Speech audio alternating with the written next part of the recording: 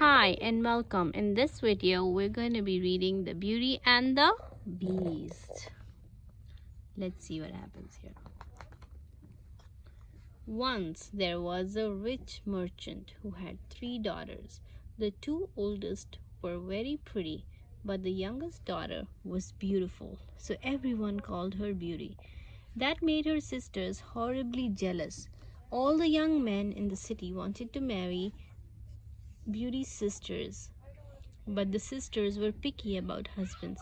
One sister was waiting for a duke, and the other wouldn't leave the house for less than a prince. Several suitors asked Beauty to marry them, but she preferred to stay home with her father, reading her books and playing the piano.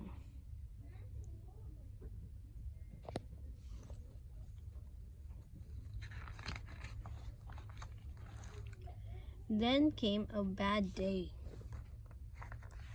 The merchant lost his fortune. "Does that mean we are poor now?" Beauty asked her father, and all the suitors backed out of the room so fast they jammed in the doorway. "Was it something I said?" Beauty asked. "Stupid," her sister snapped at her. "They don't want to marry a poor bride. None of us will get a husband now." And Beauty was sorry to hear that. Their father explained that their house was sold, but he still had a little place in the country where they could live. And away they drove out of the city.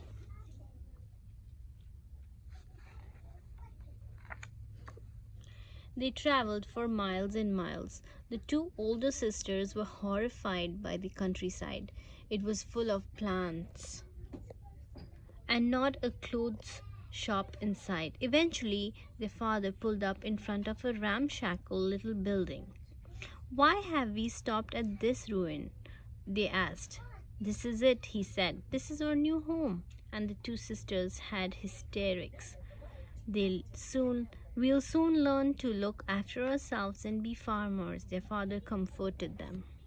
That's the house. But he was wrong. It was Beauty and her father it took Beauty and her father 2 whole years to learn how to farm. The sisters wouldn't even try. They stayed in bed till 10 every morning. They put on their best rags and trudged off their daily walk. "You never know," they would say. "We may find a suitor hidden behind one of these ghastly trees." But they never did. Then came good news. A ship the merchant thought was lost at sea had come into harbor. He set out for the city at once. "We shall be rich again," the sisters said gleefully, and they gave him a list of presents to bring back: fur coats, diamond tiaras, and dresses galore. "And what shall I buy for you, Beauty?" her father asked, mounting his horse. Beauty felt sorry for the horse. He'd hardly be able to carry a thing more once he was loaded down with her sister's orders. "Bring me a rose, father," she said, and waved him goodbye. Then came bad news. All the money for the ship's cargo was used to pay off the merchant's debts, and he rode home poorer than ever. It began to snow, so he took a shortcut through the forest.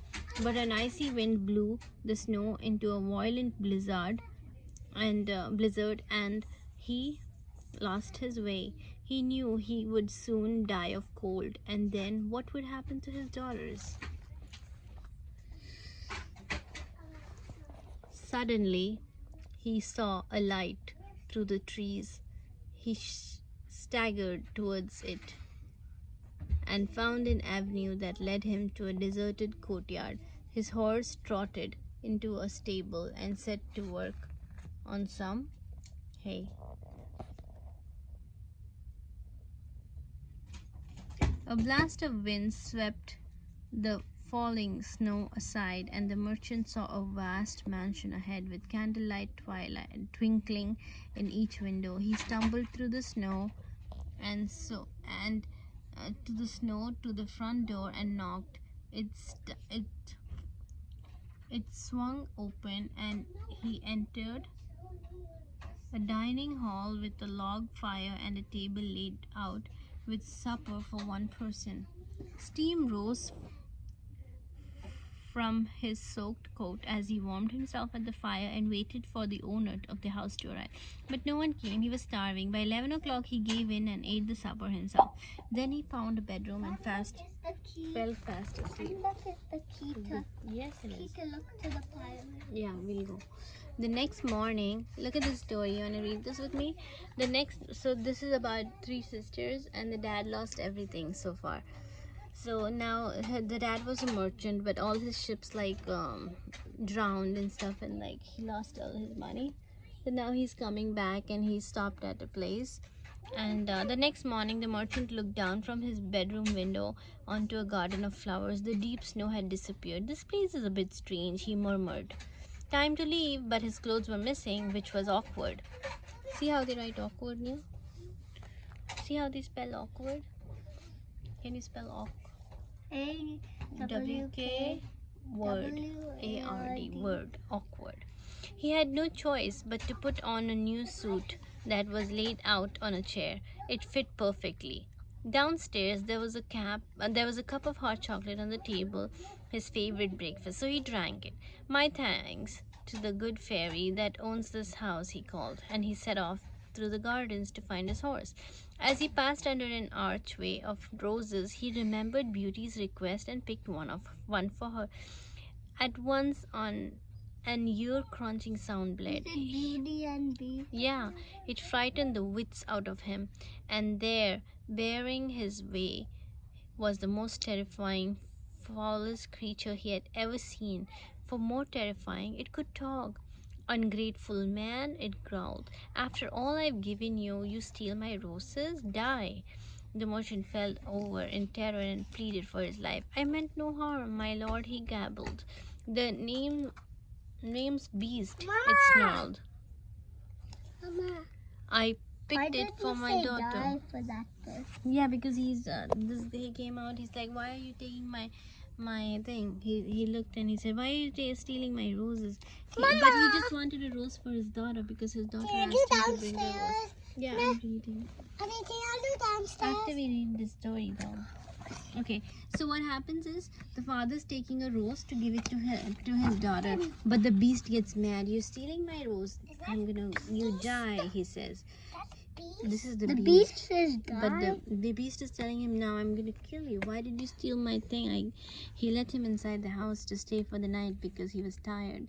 He went into the beast's house. He slept on the bed. He drank hot chocolate and he was leaving, and then he saw roses and he remembered one of his daughters said to bring rose, so he picked it. But that was bad. All right, I won't, growled the beast. Don't kill me, please don't kill me. I'll kill your daughter instead. Bring her to me.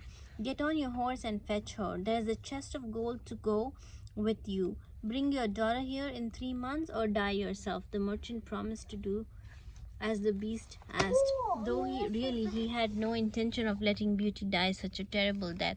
He meant to go and say goodbye to his girls, give them the gold, then come back himself to die, you know.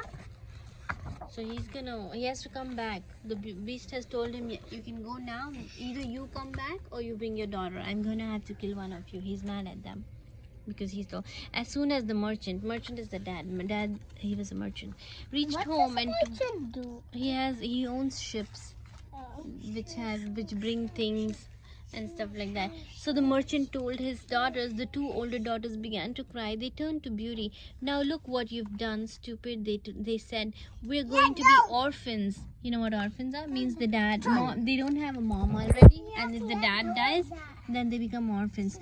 Why did you have to ask for a rose? It's because you asked, right? Because she wanted a rose. The dad was plucking a rose, and then he got caught by the beast. And now the beast is telling them, I have to kill one of you. As if there aren't enough plants cluttering up the countryside as it is. Beauty was sorry and said she would go and be eaten by the beast. How could I live? She asked her father. If I knew you had died for me. Her father wouldn't hear of her going, but Beauty insisted, "If you try to go alone, father, I will run after you and catch up." And so when the 3 months had passed, Beauty and her father set out for the Beast's mansion. "Good riddance," her sister said privately. Good riddance means good, we got rid of her, because the two sisters didn't like this one sister. So they're like, when you're glad that somebody's gone, you say good riddance. With Beauty So one devoured. sister went to where the dad didn't go. With the dad. No, he's going with the dad now. She's going, see? But which one is gonna die? The dad? This one. We don't know what will happen there. Nobody will die. Hopefully there's a happy ending, right? Yes. The suitor, good riddance. With Beauty devoured by the beast, there will be more of a chest of gold for us. They are so happy. They're saying now that Beauty will go and die, that she will die, we will get more gold. Ryan, don't swing, please. Ryan, it's not good to swing. We'll get more gold, and the suitors, they want to get married, so the people who come to marry them are called the suitors. The suitors mean wedding bells, but they rubbed their eyes with onion to make it look as if they were crying bitterly to see Beauty die. They were just pretending. They're rubbing eyes with onions, see? Because that makes you cry, right? But they have to pretend. How do you pretend cry? You go cut onions. The Beast's mansion was the same as before. The stable for the horse, the fire burning in the hall, but this time the supper on the table was for two. But they couldn't eat. The merchant was too unhappy and Beauty was too scared. The clock struck 9. Instantly the awful ear-crunching noise blared. "He's coming," whispered Beauty's father. "Farewell, daughter." Then the Beast appeared. He was more terrifying than Beauty had ever imagined. He gave a disgusting snort when he saw her and growled. "Has she come of her own accord?" But Beauty replied, "Yes, I have." He's asking, "Did you come with your own willingly? Like, are you coming, you come here, you're gonna die, right?" He's like, "Are you sure did you come here by yourself, or like?" She's like, "Yes, I have," so calmly no one would have guessed how frightened she was. "Thank you," said the Beast. "Now eat up and go to bed, and you," he growled at her father, "you clear off first thing in the morning for good." Clear off means you have to go away. So now he has to leave his daughter and go. What's gonna happen? I don't know. You think she's gonna get killed? Let's see. The next morning, Beauty said goodbye to her father and he rode away sobbing. Sobbing means crying. Beauty sat and cried too and waited to die, because that's the deal, right? She has to die. But the Beast didn't come and devour her. So she stopped crying and decided to fill in the time till he did by exploring his mansion. It was a beautiful but lonely place. Still the Beast didn't come. She found a door labeled Beauty's room and in she went. The room was filled with books. There was a piano too, and a gold um, bowl of chocolates that never emptied. No matter how many she ate, there were paints and paper and pencils and rulers and a chemistry set. Whoever had gotten this room ready didn't mean Beauty to be bored. She opened a book and read, "Your wish is our command. You are the queen and the mistress here." Uh, then I wish I could see my father, Beauty sighed. At once the words, the mirror formed on the page. Beauty looked into the mirror on the wall and saw her father arriving home. He was in tears. Her sisters were not. She could see in the mirror. Now she said, looked at the mirror and she can see what's happening in the house over there, right? Her father arrived and the sisters are happy. Only the father was sad that he had left Beauty to die. That evening, Beauty was about to start her supper is dinner, when the clock struck 9 and she heard the ear-crunching noise. The beast was coming. This is it, she thought. Now I shall be his supper. He's gonna kill me. The beast appeared. Beauty wanted to die. Beauty waited to die. She didn't want to die, but she waited to die. But all she said was, "May I watch you dine? You're the master." "No, you're the mistress, Beauty. I'll go if you want to, if you want." "I'd like you to stay," she said politely, crossing her fingers behind her back. Then he asked, "Do you think I'm ugly?" Yes, I do. Very. Do you think he's ugly, Ryan? Look how scary he is. Yeah. She's so pretty, right, Princess? He's asking her, do you think I'm ugly? She's like, yes, I do. Very. She didn't want to make him angry, so she added truthfully, but I think you're good. The beast said, I'm stupid though. I am too, said Beauty. My sisters are always telling me I am. That makes two of us, so cheer up. All right, said the beast. I'm still a monster though. There are monsters and monsters, said Beauty. What does that mean? It means that some monsters look awful, but inside they are really very kind, and some people look very kind, but inside they're really monsters. I'm a bit too stupid to follow that. I'm not sure I follow it myself, laughed Beauty. The beast made a noise she hoped was a laugh too, a gurgling sound like water running down a plug hole. After the last glug, he said, Beauty, will you be my wife? Beauty nearly choked on a roast potato with shock. She choked, she was eating a roast potato. She was terrified. Yeah, she was terrified of enraging him, but she said, no, beast, I won't. The beast sighed a whistling, sad sigh and vanished. Spanish? Yeah, he went away. She said no. This went on for 3 months. Beauty got used to her peculiar life.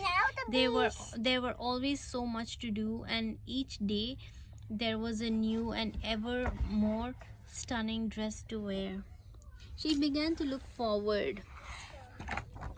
She began to look forward to the beast's visit at 9 o'clock. But he will always spoiled their talk with the same question. What did he keep asking her?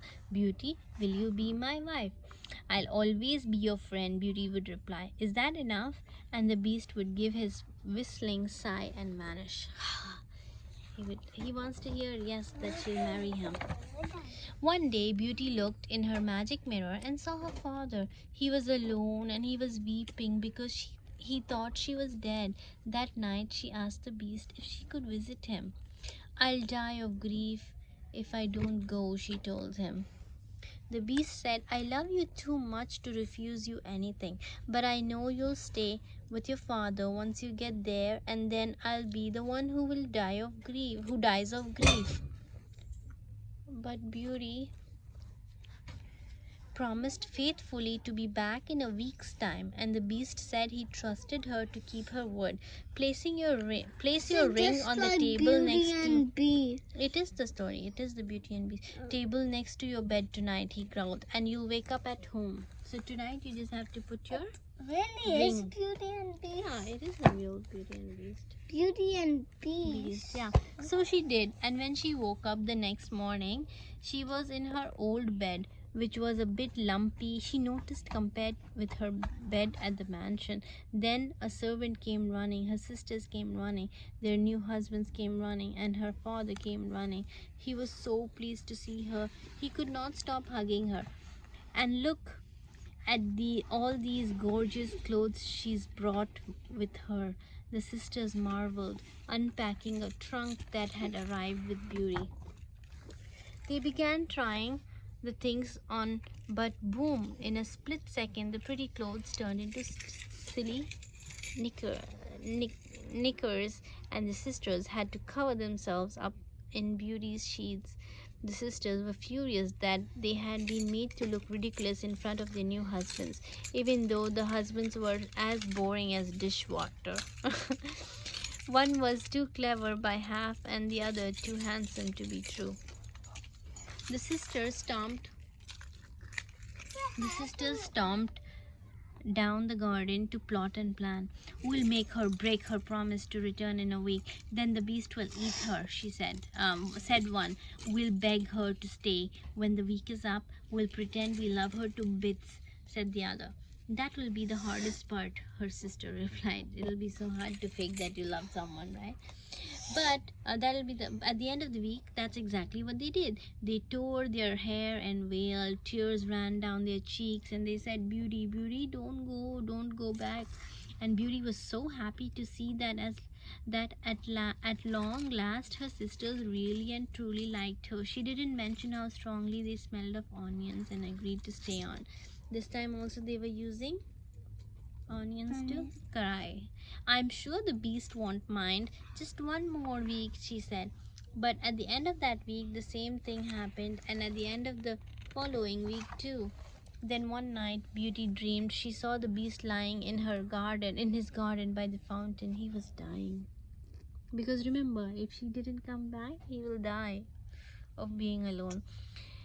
She woke up in panic. As she lay in the dark, she remembered the beast saying that he would die of grief without her. She wondered how she could treat him so cruelly when he had been nothing but kind to her. She put her ring on the table next to her as she had done before. In the morning, she woke up in the beast's mansion. Beauty could hardly wait till supper time to see him. At last the clock struck 9. When does the beast come? When the clock strikes 9. So the clock struck 9, but there was no ear crunching noise. Usually, when there's a ear crunching, a big loud noise, the beast comes. When there was no beast, where was he? She hurried about the mansion searching for him. Then she remembered her dream. He had been lying in the garden. So she ran across the lawns up to the fountain, and there lay the beast, as still as death. She threw a cupped handful of water over him, and he opened his eyes. You forgot your promise, he said in a weak voice, so I starved myself to death. Now I've seen you once more, I shall die in peace. And his eyes closed. But you mustn't die, said Beauty, throwing her arms around him. Cried Beauty. Not when I love you so much. Please don't die, my darling beast. I'll marry you. I'll be your wife. With that, 1,000 fireworks exploded over last page. Oh, it's last page. And there, standing beside Beauty, was a handsome prince with a rather wet face. Where's my beast? She asked him. I'm him, said the prince. An enchanter put a spell on me. It made me ugly and stupid. You broke the spell when you said you'd be my wife. Beauty stared at him in amazement, and the prince looked worried. I hope you will still marry me, Beauty, now that I'm not a beast. Beauty smiled at him. I'll get used to you. There's no one in the wide world for me but you, Prince Beast. And that's it. So she was able to change and break the spell that was put on him.